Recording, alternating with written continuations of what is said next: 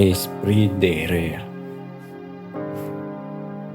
C'est le thème d'aujourd'hui, l'esprit d'erreur. Il existe une âme terrible avec laquelle Satan attaque les enfants de Dieu. Et avec celle-ci, il a presque toujours la victoire sur nous et arrive à ses desseins.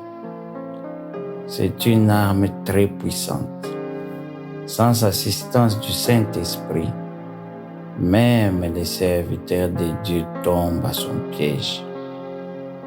Déjà dans le jardin d'Éden, il a utilisé sur Ève et les conséquences ont été dramatiques. Nous les connaissons, la chute de l'homme. On les voit dans Genèse chapitre 3, versets 4 à 5. Le diable dit à Ève, « Vous ne mourrez pas ».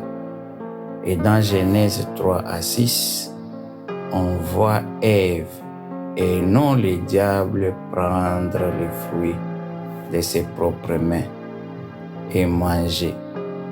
Ce n'est pas le diable qui a pris et ouvert la bouche et faire manger de force, mais c'est elle-même.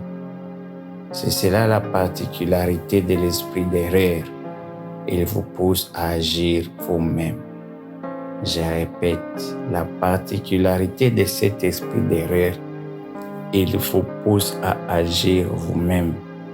Il vous manipule, il prend action, autorité sur vous et c'est vous-même qui agissez sous son inspiration. Maintenant, quel est le but de cet esprit? Quand il vient sur toi, qu'est-ce que cet esprit cherche exactement? Le but principal, c'est de vous tromper, pour vous faire sortir de la volonté de Dieu, du plan de Dieu, du chemin que Dieu a tracé pour vous, et vous amener vous-même par vos propres décisions à aller vers votre propre destruction, vers la mort, la perte de bénédiction. On agit soi-même pour sa propre perte. Donc c'est ça, le mode d'action de cet esprit. On agit soi-même. Le but principal, c'est de vous amener à la perte. Et ça, ce qui est intéressant, cet esprit agit à travers vous-même. C'est-à-dire, c'est toi-même qui prends, qui fais des actions pour te détruire, t'auto-détruire. On l'a vu plus haut, c'est Ève qui a pris. Donc cet esprit, c'est ça son mode opératoire principal. Dans Proverbe 14, 10, il dit que la femme sage bâtit sa maison, mais l'insensé la renverse de ses propres mains. Tu vois, souligne les mots propres mains. On n'a pas dit que c'est le diable qui va venir renverser cette maison. On a dit que c'est la femme insensée elle-même qui va renverser de ses propres mains. Il s'agit ici de l'esprit d'erreur. Cet esprit est tellement puissant que même les serviteurs de Dieu tombent à ses pièges. Lorsque nous lisons 2 Samuel 11, 3 à 4 et au verset 16, on voit comment l'esprit d'erreur amena le roi David à commettre l'infidélité avec la femme de son soldat Uri. Et pire encore, à commettre un meurtre honteux pour arracher sa femme. À la différence de Salomon, son fils, qui a eu trop de femmes. Il n'est dit nulle part dans la Bible que Salomon a arraché la femme d'autrui. Or, David connaissait très bien la loi de Dieu et les conséquences de convoiter la femme d'autrui. Il a agi malgré tout et les conséquences pour lui et sa famille ont été désastreuses. Vous vous rappelez ce qu'il y a eu? Il y a eu de l'inceste des enfants qui se sont entretués. Son fils qui l'a détrôné, l'a poursuivi. Il a pris ses femmes. Et c'était la catastrophe, c'était la honte, l'humiliation. Mais tout ça, l'esprit l'erreur l'a poussé à commettre l'irréparable. On voit les mêmes esprits d'erreur dérouter des bons chrétiens comme Ananias et Saphira. Ce n'étaient pas des païens parce qu'ils étaient dans l'église, mais ils faisaient même partie des premiers chrétiens, les tout premiers parmi les 3000 qui s'étaient convertis.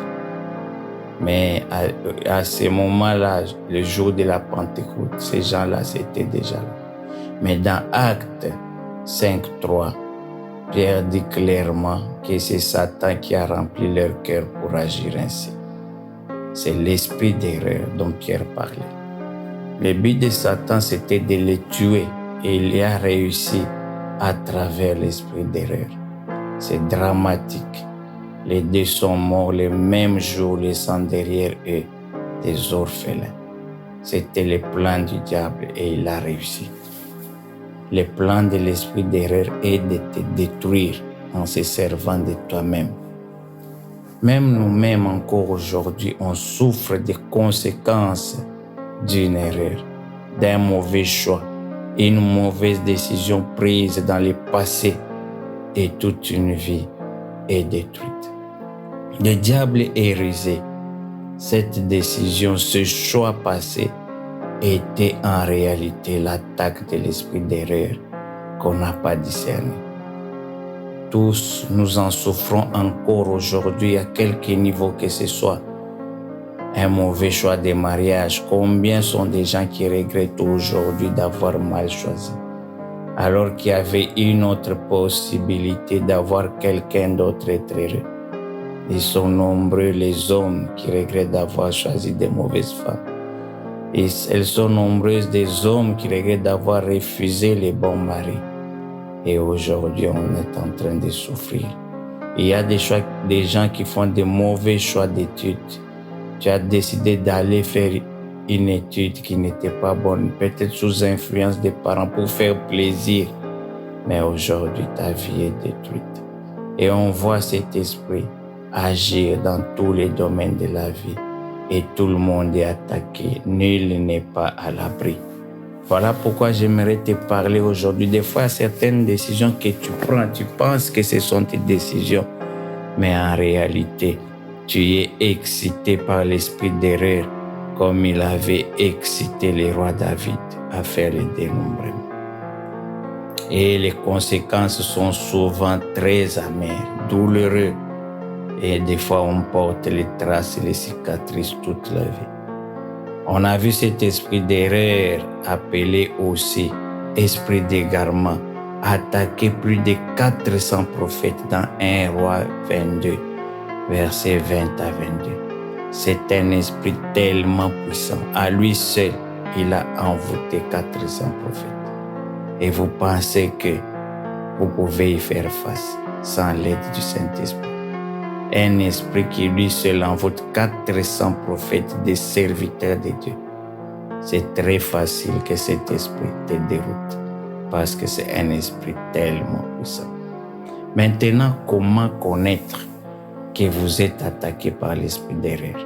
Je venais de dire premièrement quel est le but et la caractéristique de l'esprit d'erreur. C'est de vous détruire en se servant de vous-même. Maintenant, comment tu vas savoir que quelqu'un est attaqué par l'esprit d'erreur? Il y a 5 signes. Le premier signe, l'esprit d'erreur endurcit les cœurs. On devient insensible, imperméable à tout conseil. Rien du tout ne peut vous faire revenir à la raison, absolument rien. On l'a vu dans 1 Chronique 21, 3 à 4. On voit le roi David persister dans un ordre alors que son général Joab lui rappelait que la loi de Dieu interdisait de faire le dénombrement. David, même, c'est quelqu'un qui connaissait très bien la loi de Dieu. Mais là, son cœur était déjà endurci. Les conséquences, vous les connaissez, 70 000 personnes sont mortes de la peste dans les pays à cause de cette décision. Et c'était ça le plan du diable. Il voulait tuer 70 000 personnes. Et il a réussi à travers l'endurcissement du cœur. Tu fais quelque chose, on te conseille, tu ne veux pas changer d'avis. C'est l'esprit d'erreur. Tu es impénétrable au conseil. Les conséquences pour David, c'était catastrophique. On l'a vu.